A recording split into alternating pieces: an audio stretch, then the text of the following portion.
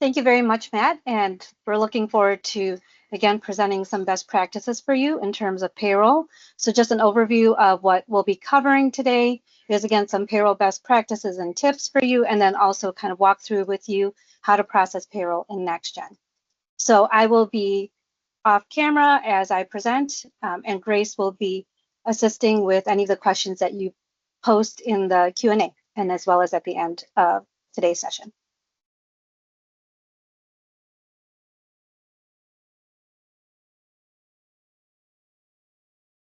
All right, is everybody able to see the NexGen screen now? Yes. Yes.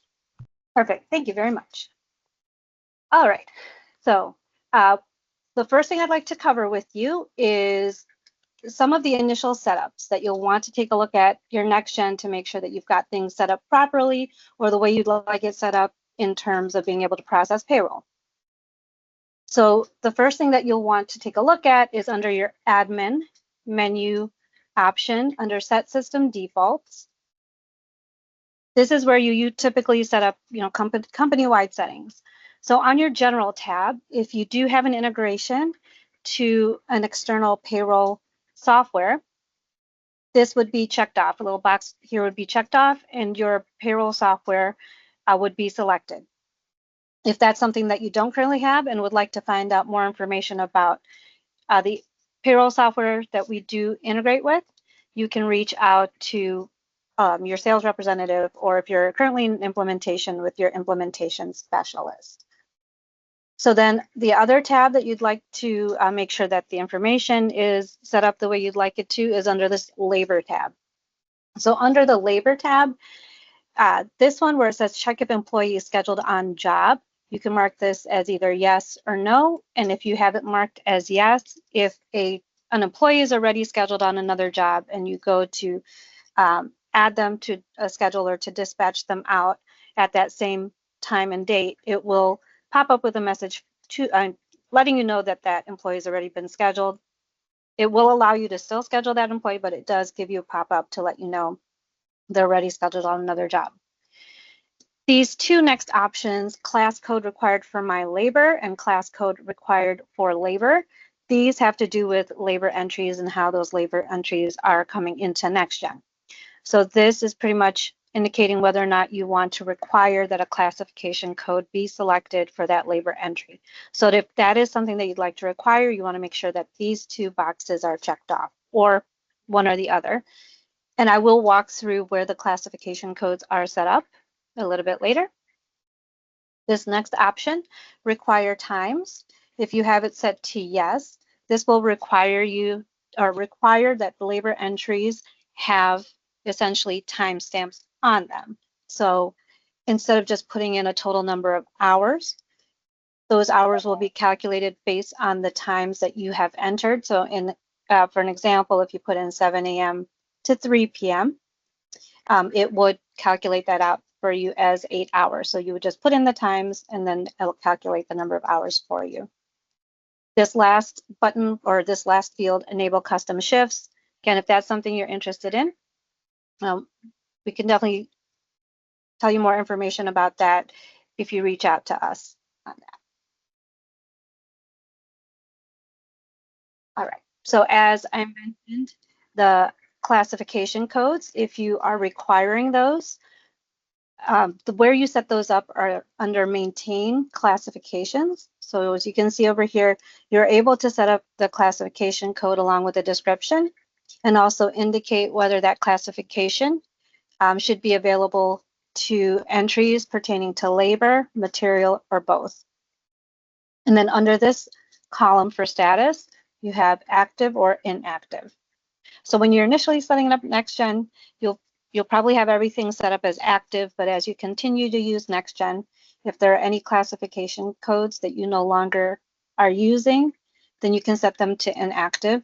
Most of the modules within NexGen, if you have any kind of entries posted against using that, NexGen won't allow you to delete it. So by inactivating it, it just means that that classification code won't show up as a valid selection moving forward.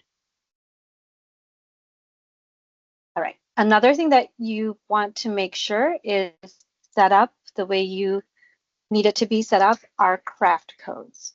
So when you go under Maintain, Employees, Craft Codes, on here it will depend on how you have your company set up and how essentially you have your payroll set up.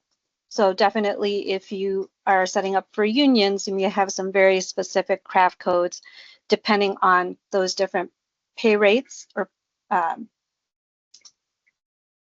different classifications that you have for how they're working.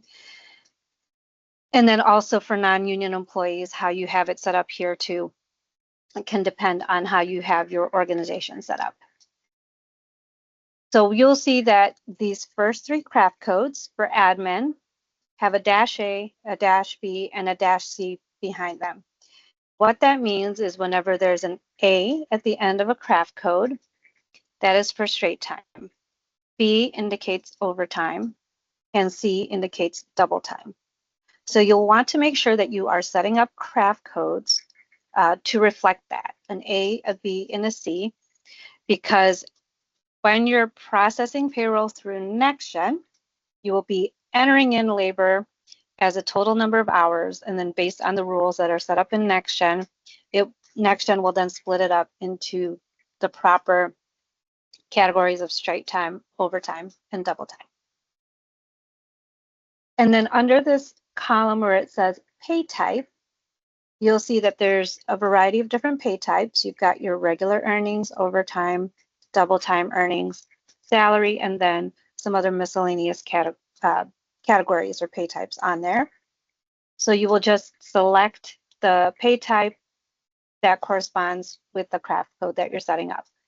This prompt text usually defaults to say hours, but you do have the ability to update that if you would like the text that shows when you're putting in an entry against this craft code to say something else. So in this case, if I wanted it to say ST hours instead of just hours, I could put that in there. As you can see with the OT hours and double time hours, those have been updated as well. And what that means is whenever you have a labor entry and you've selected craft code admin-A, the prompt text of where they need to enter in the total number of hours, when it's a -A, will show as ST hours instead of the field just saying hours. Now your next column that says apply burden, if you have that checked off, this means that if you have burden codes set up in NexGen and you have a burden code selected for that labor entry, it will apply that calculation with that burden code.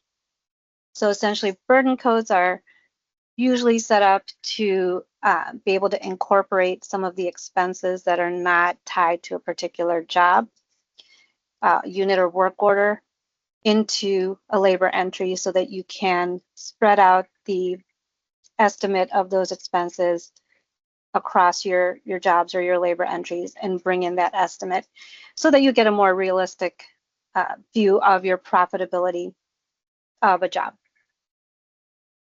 And then similar to that is the next column, apply workers' comp.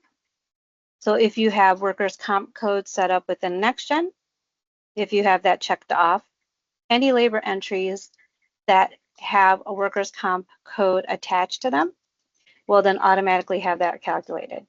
Similar to the burden code, that is more of an estimate to bring in, to be able to spread out that estimate of what the workers' comp premiums are for the year, whatever period of time you're using that for, and to bring it into your reports to show you a more accurate picture of profitability of your jobs. The next column, apply union. If you have that checked off, if you have union set up, anything that's under the union benefits will be calculated based on the union that is selected for a labor entry if you have this box checked off. Okay. So again, when you're running reports for job profitability, it will bring in that calculation of the union-based benefits based on that labor entry, and depending on how those benefits are calculated. This account pay type, depending on the payroll software you are working with, if you have an integration, this is where you can set up the account pay type, and it's meant for mapping to payroll software. Again, here you have your status column. You have active or inactive, similar to the classification codes. As you continue to use NexGen, if you need to inactivate a craft code, you can do so here so that it doesn't appear as a valid selection moving forward. So as you can see here, you can create as many craft codes as you need. There may be some craft codes that you create that do not have the A, B, and C. Some examples here are holiday, where it is a calculation if it's holiday pay, and because it is just paid at a certain rate and not broken out into overtime and double time calculations for rates, it's only one line item here. You can see only burden is applied on this one. Similar to per diem, because it's only one amount, there's not a separate rate for per diem for overtime and double time in this case. Another thing that you want to double check for a setup is under maintain employees craft modifier. So as I talked about the craft codes, you're setting those up for the way that you're paying your employees. But as you can see in this example, there may be times where you're paying your employees an additional rate on top of their default rate. In this example, it will be based on the boom length. So in this one, if you have a union that you're working with and they dictate that you pay an additional hour or additional dollar per hour straight time when they're using certain boom lengths, this is where you would set that up. So first you have to set up your craft modifier, and then in a little bit, I will walk you through how to set that up when it pertains to unions.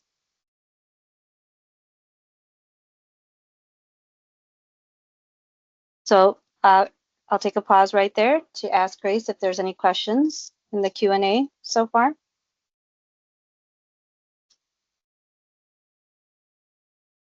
Let's see. What about let's going back to the craft codes. Can you review again, is it possible to have a craft code that only pays straight time?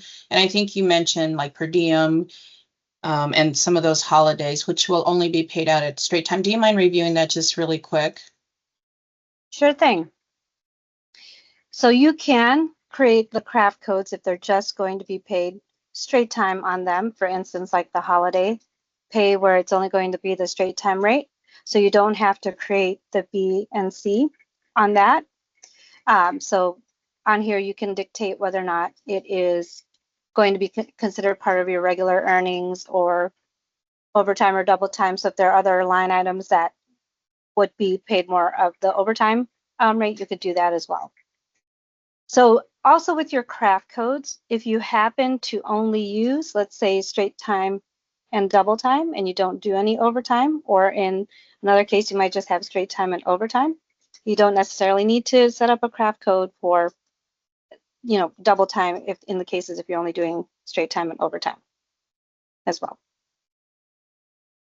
Does that answer the question? Yes, thank you, Maria. You're welcome. Thank you, Grace. Okay. So the next thing I'd like to cover are some additional payroll setups. And this portion is for setting up the rules for company payroll default. So this really is more for when you have non-union employees. So when you go under maintain company, you have on here, you'll select the company that you are setting up your payroll defaults for. And then you'll see on the tab payroll defaults, here is where you can set up how you pay your non-union employees. So on here, you can indicate what your payroll week ending is. If they're eligible for overtime, you can indicate it here. Is overtime eligibility based on the day? So let's say they're eligible for overtime after working 8 hours. So the first 8 hours will be straight time. Or is it through the week? So are there OT eligible over 40 hours, let's say, in this example? Or is it a combination of the day and week where they have to work 8 hours in a day and also meet the 40-hour in a week requirement? So you do have various combinations that you can set that up as here. In our example, we'll just stick to the 8 hours in a day. Also here you can indicate whether or not they're eligible for double time. So let's say they're eligible for double time after 10 hours. You can put that in here. So the way this would look like is first 8 is straight time, second 2 hours is overtime, and then the remainder is double time. On here, you can also indicate if they are like working overtime, or if Saturday is considered overtime all the time, or after a certain number of hours. So again, if there's a rule for overtime where they have to still work 8 hours and that's straight time before overtime kicks in, you can set that up. And then the same with Sunday. If you have any rules for Sunday, you can indicate that here. To get double time for Sundays, you would do that OT after hours worked and then select double time all the time. Here on the bottom are time slots that you can set up, and I will actually cover this more when we set up the unions, but this is where you can set up time slots if there are certain times of the day, specific hours, that will always be paid overtime or double time. Okay. These are any craft codes that you want to exclude from the rules on here, so you probably will add holiday and per diem. Some of those craft codes where we said would really be only straight time and so wouldn't be processed with an overtime and double time breakout. Okay. So this is where you'll set up the payroll defaults for company-wide for non-union employees. To be able to set up the rules or the payroll defaults for employees, you'll go under Maintain Employees, and then on here, if you have a non-union employee, to set up their payroll defaults, you will, again, if you wanted to rely on the company-wide payroll defaults, you would just leave this payroll defaults tab blank. But let's say this particular employee has a different eligibility. Let's say, as if you recall, we have the OT eligible there, but then we have a DT after 10 hours. Well, let's say for this particular employee, they're not eligible for DT. Anything over 8 hours is only OT. You can set up that particular rule there. And then you can set up as well if they have a different rule for the weekend. Same thing with time slots. If they have any time slots where they need to be paid a certain amount, like overtime or double time, you can set up those time slots there too. And then we can add in these craft codes for this employee. And also within NexGen, as you're setting up information here, it will tell you if there's anything that you need to fill out, if it's missing required information. All right.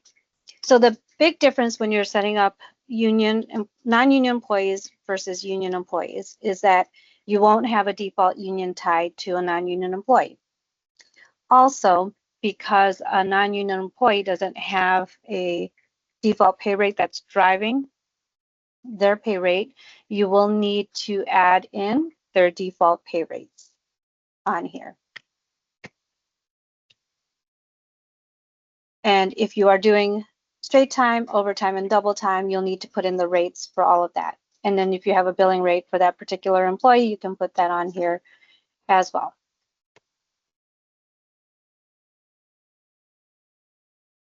Now, if they will be able to work multiple craft codes, so you do have to have a default craft code for each employee, and you have different pay rates for the different craft codes that they can work, you can add that under the rates tab for the employee profile. So on here, let's say we have the operator A as our default right now. So let's say he can also go out as a driver, and when he goes out as a driver, he gets paid that, and then you just want to make sure that you're adding in all the craft codes that you have in here for those that particular employee and what he can work. And you want to make sure that you're adding in the ones for overtime and double time as well. So that is how you set up the payroll rules for the non-union employees. Now for a union employee, first thing that you want to make sure is set up correctly is your union or unions, depending if you have multiple. And again, depending on what area of the world you are in, it may be a union, it may be an employee agreement, maybe some other type of agreement, but you will also use the union codes to set up those rules. And pretty much that's how you will set it up to determine how NexGen can process the pay depending on the rules. On this main screen, this is where you'll set up the main information for your union. If there are shifts involved, this is where you can set up the different shifts on here along with the additional premiums or how it's paid. So you'll see that you can also select if it's always paid as overtime or double time on there. This benefits tab is where you'll be able to set up how the benefits for this particular union or agreement are calculated. So in this first example, and I'm just going to go over this part quickly, but this one happens to be a benefit that is absorbed by the company. So there's no effect on the employee pay over here, and then you're able to indicate whether or not, which earnings this calculation should be applied to.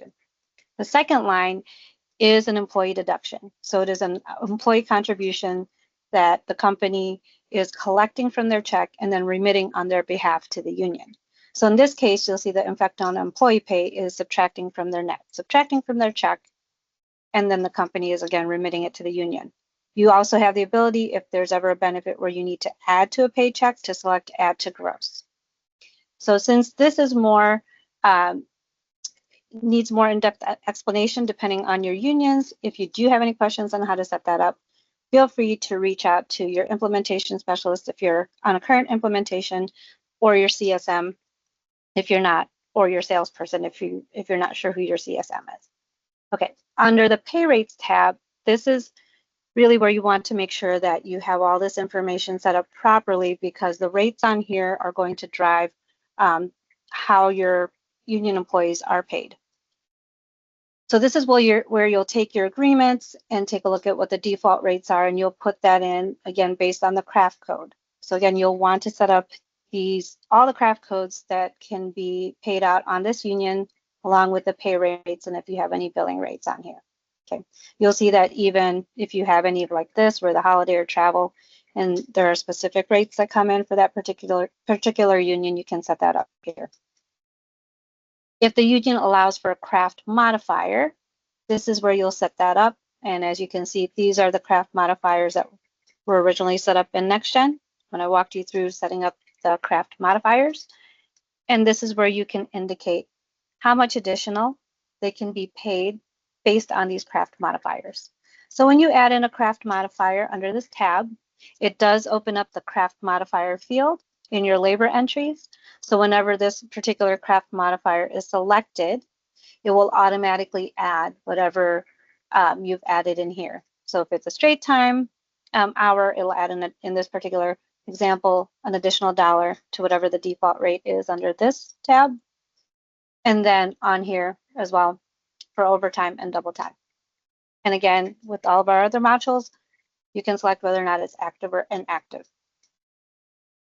Under the payroll defaults tab, this is where you will set up the payrolls for this particular union. So you can see over here, again, this is OT eligible after the first 8 hours, and then double time kicks in after 10 hours. Overtime all the time on Saturday, and then double time all the time on Sunday. The split days, if you have it checked off, will indicate to NexGen that if there's, let's say, an overnight shift, if they're working from 8 p.m. to 6 a.m., it's going to look at the hours between 8 a.m. and 11:59 p.m. as part of that current day, and then midnight to 6 a.m. as part of the next day. So when it's calculating, it's going to break that up so that the rules will pretty much start fresh from that midnight to 6 a.m. portion of that shift. If you have it unchecked, it's going to look at that one shift as one continuous shift. So when it's looking at the rules, it's going to include that entire time in there. And it breaks that on into the straight time, overtime, and double time. This bottom part on the time slots, if you click on add, that will open up your ability to add these different time slots. And as you can see, as I brought up before, this is where you can add in if there are certain times of the day where you need to pay overtime or double time. So you'll see that between midnight and 6 a.m., it's always going to pay overtime. And then between 5 and 7 p.m., always going to pay overtime. So this will take precedence over the rules up here. So if you do have any times within this slot, it will automatically put it as overtime. And again, we have the exclude craft code. So we are indicating that these do not have to follow the payroll rule defaults that were set up here in terms of calculation.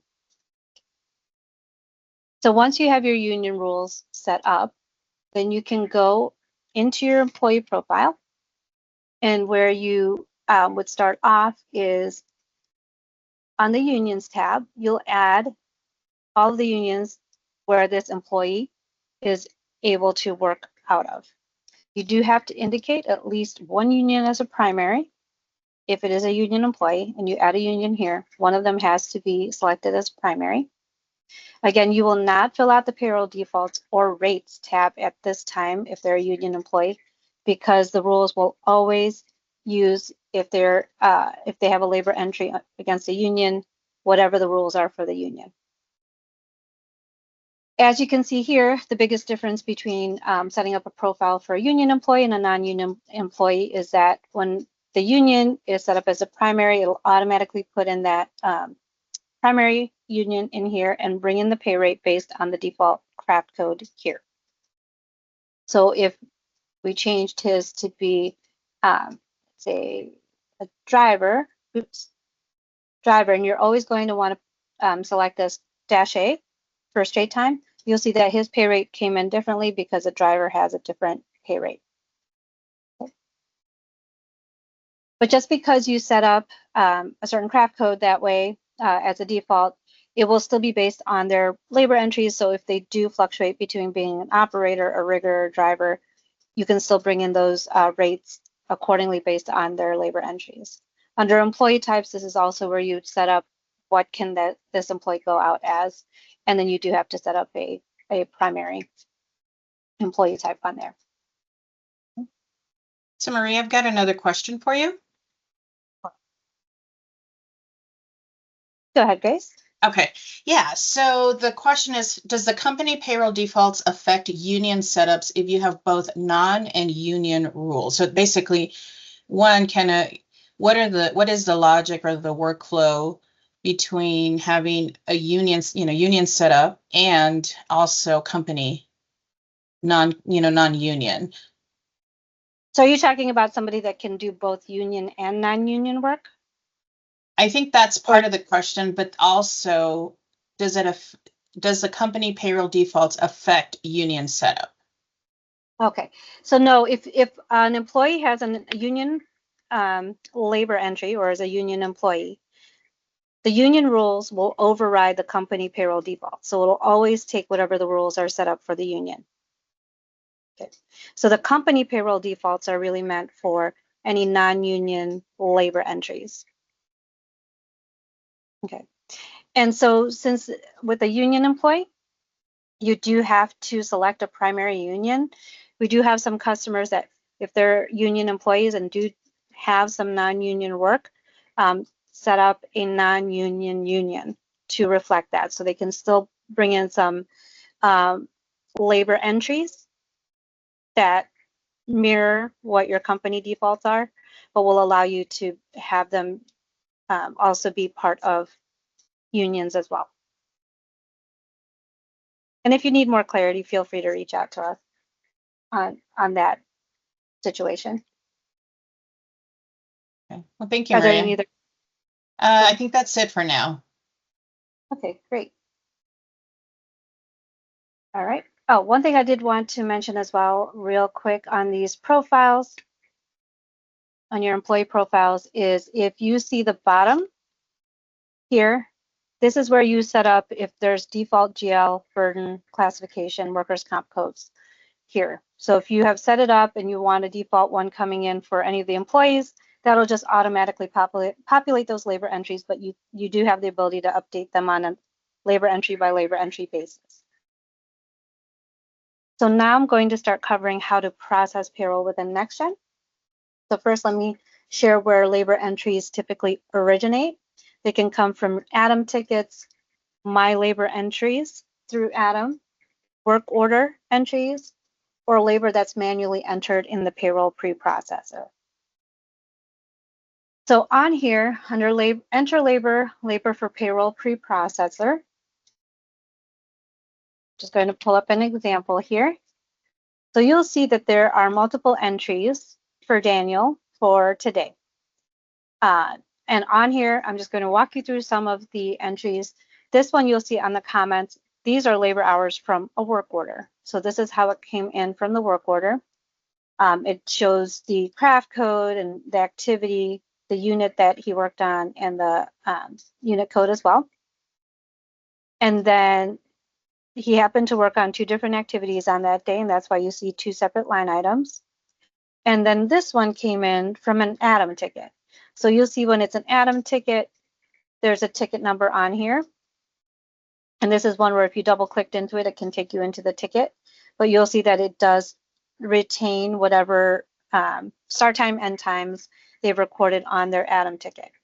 So whenever you are requiring times, this is when I had mentioned before, you can actually click into here. You'll see that it shows 5 hours. But if I were to go in here and actually change it to say 6 a.m., it will automatically update that to 6. So versus just coming into here and putting in the total hours, you want to try to, as best as possible, to put in the timestamps, because this does allow for NexGen to figure out the flow of the day, because you do have the ability, if let's say they go to a job site, they come back, work on a work order, so they go back to another job site, perhaps in another union, come back and do some work in the shop. You can account for all of that in NexGen, and then NexGen, when you process payroll, can take into account all of the different rules that are involved. In that case, 2 different unions, and then also your company-wide payroll rules if they're not working in a union. Okay. And you can also manually enter. You can also manually enter in here under the payroll preprocessor. So if you add an entry here, you can put in whatever you wanted to put in. Let's say here, 1, leave that blank for now. And A, we'll leave that. This is also where you can see if you have a craft modifier on here, how it adds that extra $1 on here. And then you can put in your start and end time, put in your classification, etc. Comments are your friend in NexGen. Highly recommended if you are manually adding in entries into the payroll preprocessor, just so you know why that entry was added in here. You'll see there's an up and down arrow into this box, so you can double click into it. It'll make it larger for you so you can put in that reason on here. I'm going to go ahead and just delete those lines though for now. So you'll see on here too, this entry was brought in under My Labor, and that is through your Atom app. So that is not tied to a ticket, but they're able to put in any time that they have. On here, you can see the classification code. They were purchasing supplies. Okay. All right. The first thing that you want to do, and we highly recommend for best practices, that you are approving labor and processing labor on a daily basis. Reason being is that it makes it a little bit easier for you to keep track of all the labor that you have to process, and it is much easier if you have to go back and, go back to someone and ask them about their labor from the prior day, that it's still fresh in their mind, they have that information. So it's easier for you to get that resolved a little bit more quickly. But also within NexGen, if you're running any reports that involve labor, those entries will not appear on those reports until labor has been processed. So the first thing that you need to do on a daily basis is to go under reports, reports, jobs, and then towards the bottom, there's a report called Tickets Not Completed. Here, you'll always want to make sure that your date ranges are for the time frame that you're looking for. Here you have an ability to filter by companies, yards, departments. In this case, you also can filter by unit codes. If there's just a specific unit that you wanted to show, you could do that too. You can also filter by ticket type. Here we're just going to open up for all. Here you'll see the different tickets that have not been completed yet, so you'll be able to see their statuses. Where are they at in the workflow process? This one happened to be sent but never downloaded. This was downloaded but never started. This was started but never completed. So this is when you will go back to those employees and find out, what is the status of their ticket and have them complete those tickets. You want to make sure that all of these tickets are completed up through the time frame that you're planning to process, just so you have all of that labor available that you need to process on here. Ideally, when you pull this up, there should not be anything on here showing that all the tickets have been completed for that time frame. Okay, so once you have completed all of your tickets, now to go in and approve time, you go into Reports, Labor, Payroll Preprocessor Status. So on here, you'll pick the dates that you're running it for. For this one, again, if we're doing it on a daily basis, in this example, we'll just go for this date. Again, you can filter by any of these. So if you do have certain employees that are only going to be approving for certain employee types, they can do that here. They can also view by and sort just by specifically not approved. Okay. So on here, you'll see all of these entries have not been approved for the day and have not been processed for the day either. So to do the approval, you do have the ability on any of these, if you wanted to group things together, group them by job number. If you just click on the header, then it'll just group them together by that. So whatever is easiest for you to do, you can do that. So to open up these labor entries, you just double click into the line. It'll bring up the labor entry. And then whoever's approving can review and determine if any updates need to be made. Let's say this one should have had a craft modifier and they forgot to put that in. You can add that in at this point in time. And again, comments are your friend. So I would say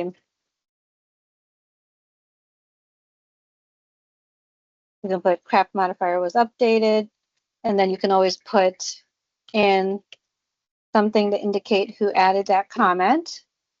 Just so you know that, based on if you open up that ticket, if it doesn't show the craft modifier initially, you'll know that, okay, it was added after the fact. Okay, so to approve the time, you just click on approve. And then you can go, if you are opening up an entry like this, where I've got 3 that I know haven't been approved, I can go through, make the reviews and approve them all on here. Otherwise, I can go back to that other report and then make any updates as needed.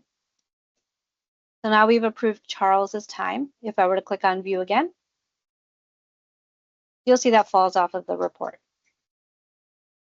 Now to make any updates to Charles's time at this point in time, we haven't processed his payroll yet. I can go back in under the enter labor for payroll preprocessor and go in and see that I have approved that entry. But let's say I need to make a change. All I need to do is uncheck approved. It opens up the entry again. You can make your updates and then approve it again. You can do this as many times as you need to before processing payroll. Now let's go ahead and just approve Daniel's time real quick. So I'll just go through and approve all the labor entries for him for today.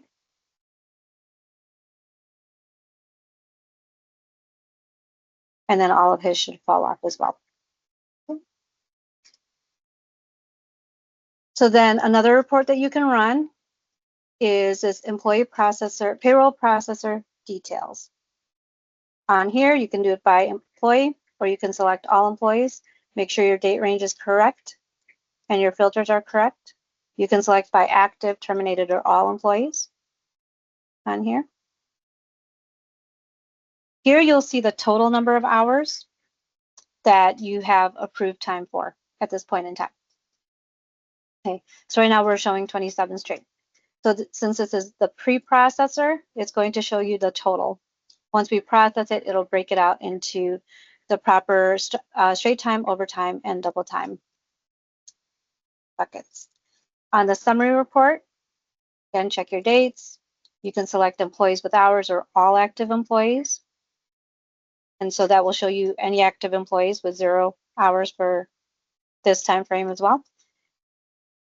This one is a good one to take a look at to see the total. So if anything looks like it's not correct, let's say it's showing 200 hours for the week for an employee, you know that there's something that needs to be updated. You can easily see this at a glance on the summary report. So once you've sufficiently approved the time, reviewed everything to make sure everything looks good, you can then process payroll. To process payroll, you just go under Utilities, Payroll Preprocessor. Again, make sure that the dates you're selecting is what you need. You'll do your filters as well. And then you can select all employees or specific employees if you'd like. You can click on View, and then it will bring up those entries that still need to be processed for that time frame. So you can either select all if you wanted to process all of the entries, or you can just select whichever entries you wanted to process. And as you can see, if you double click into that, it'll open up the Payroll Preprocessor module as well. So if you needed to take a look at any of those entries, you still have the ability to do that. This one, we will select all and process it. You'll click OK to process, and then you may see this message that says that date range is not a valid payroll week. Do you want to continue? Just say yes. You'll see that it's been processed successfully. What you want to do too as a double check is click on View again, and then those entries should then no longer be there. So then the next report that you'll want to run is under Labor Processor Audit Report. And on here, you're going to use the process date, which is today, and then you'll click on View. So if you're processing multiple days on that same date, they will all show up on this report. What this report will show you is up until the column that says Process Craft Code. To the left of that will show you how it came in through the preprocessor. So if you recall, we said we're keeping everything as straight time. So you'll see it all came in as a -A, or in this case, travel. And then it'll show you how it was processed over here. So a -A, 2.5 hours.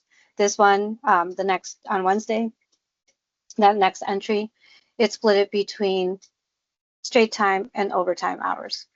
Okay. If you go under Reports, Labor, then the Labor Processor Audit Report. Oh, I think that's the one I just went on to. Sorry, apologize. Hours Audit Report.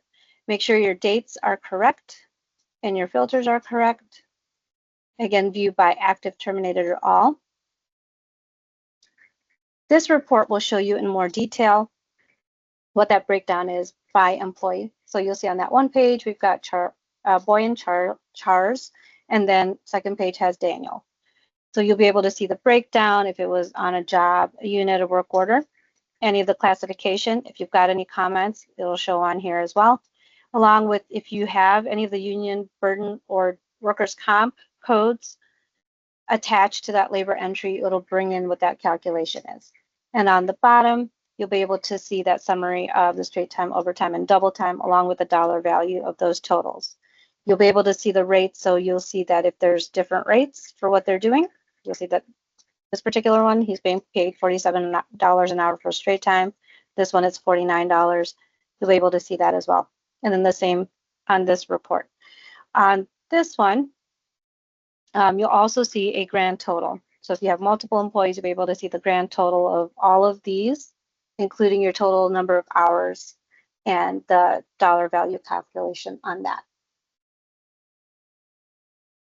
So once you have processed payroll, to make any updates to those labor entries, you can't go back to the payroll preprocessor to make that correction. So let me just show you real quick. If you went back to your labor payroll preprocessor, you'll see now, as I mentioned before, if you needed to approve and reapprove, you could have unchecked and rechecked as many times as you needed to before processing. Now you'll see that this screen is locked down. You've approved it, it's been processed, and there's a process date on this entry.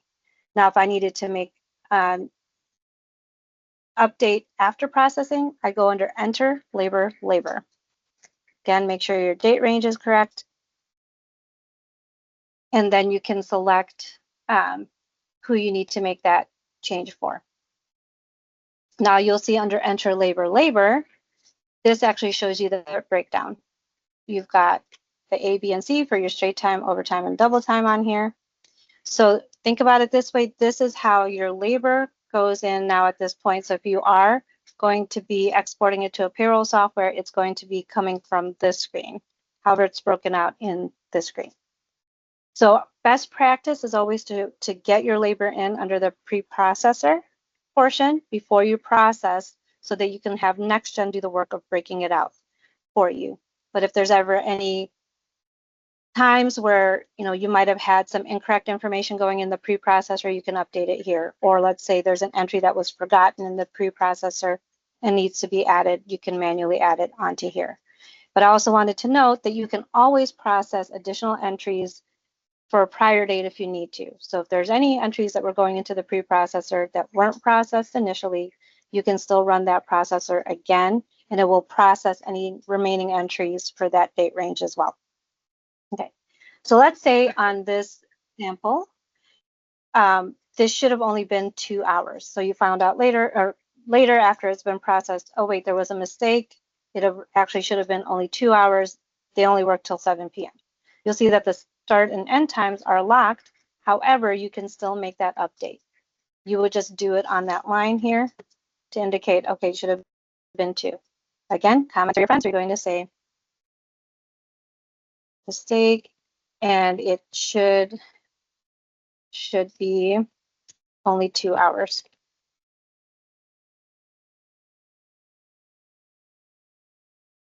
Okay. So that whoever is looking at that entry, if they're trying to compare it from before, they'll know that, okay, this is why it was changed. So you'll see that updates all of that. That'll also update then that report that we ran. That was the reports, labor, hours, report, audit by employee. Let me just show you that again real quick. Date range is correct. And if we look at chars, Boyan chars, you'll see that that comment now has been updated and that amount has been changed to 2 instead of 3. Okay. This is also a report that you can use, hours audit report, if you are manually entering your payroll out of NexGen into a payroll software.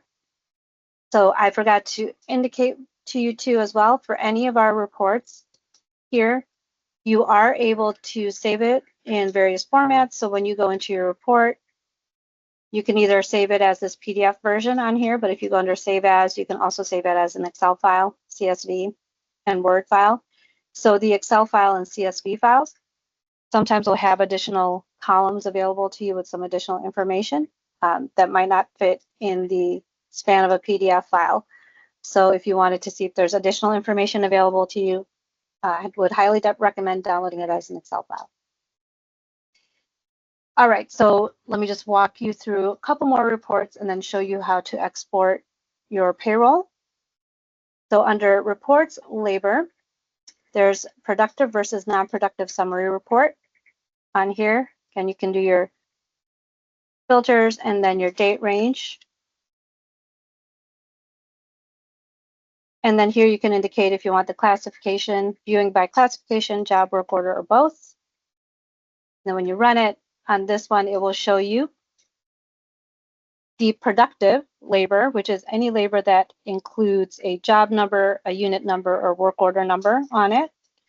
And then any non-productive labor. So as you can see, like purchasing, supplies, shop work, and travel are considered non-productive labor because they're not tied to any of those 3. And you'll be able to see a percentage breakout on there as well for the dollar and the number of hours. You can also run this report under detail and check your dates, do your filters. You can also view by those different selections. And here you'll get more of a detail. All right, so to export your payroll, if you do have the functionality with a payroll integration to export your payroll, you just go under Export Import, Export Payroll. And again, depending on how it's set up for your particular integration. In this example, we have it as a file that will be imported into payroll software, and which has been formatted for that particular software. So on here again, you have the same capability of either selecting all or just selecting a particular entry if you wanted to just export, particular entries. So when you select all, in this case, I would select where I want to save this file. And then when I click OK, it'll ask me if it's okay to begin payroll export, and then it'll say it's been exported. So one thing it does do whenever you export a file or payroll, it will update that payroll date here for your employee. So if you ever are trying to go back and make an update to a date, let's say August 26th, and then it gives you a message that you can't export payroll or make any other changes because payroll has been exported as of a date that's after that date, just go in here and then you just delete out this date, save it, and then you should be able to process as normally. Okay, I think we're kind of at that point of any additional questions from anyone? Anything that you want us to run back over really quick?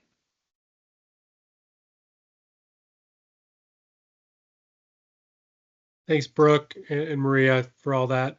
Yeah, so we'll just kind of we have a few minutes left here just to do our kind of Q&A session. I think there's one question in there now, but please put them out there. I'll let I'll let Grace kind of moderate and facilitate this. Grace, do we have any questions? Yeah, I've got another question about that Maria covered early at the beginning of this session, and it's dealing with if the ticket is not completed, will the time calculate? So I don't know if you have just a minute there, Maria, to review that really quick. I'm sorry, could you repeat that again, Grace? Well, will the time calculate if the ticket is not completed? So in other words, will those labor hours go into the labor for payroll preprocessor if a ticket has not been completed? No. So a ticket needs to be completed in order for it to be approved and then therefore be part of the processing. So right. And then you mentioned there's a report that they can run to view all the tickets. Yes. So if you go under reports, jobs, tickets not completed, make sure your date range is okay. And then your ticket type, you can filter by any of these, but let's go ahead and just do that. All yards. And I will have to expand mine in this particular example. But you'll be able to see all the tickets that still need to be completed.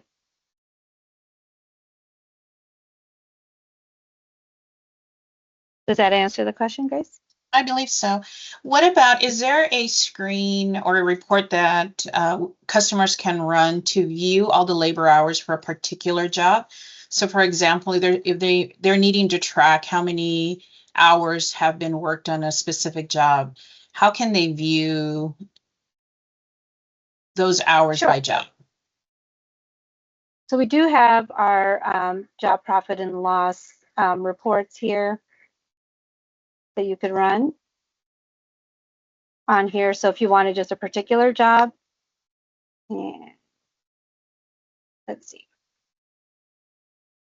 So in this example, we could see the total number of hours and the labor expenses on here too. But if you run it by detail, you'll be able to see the total labor for that job underneath here too.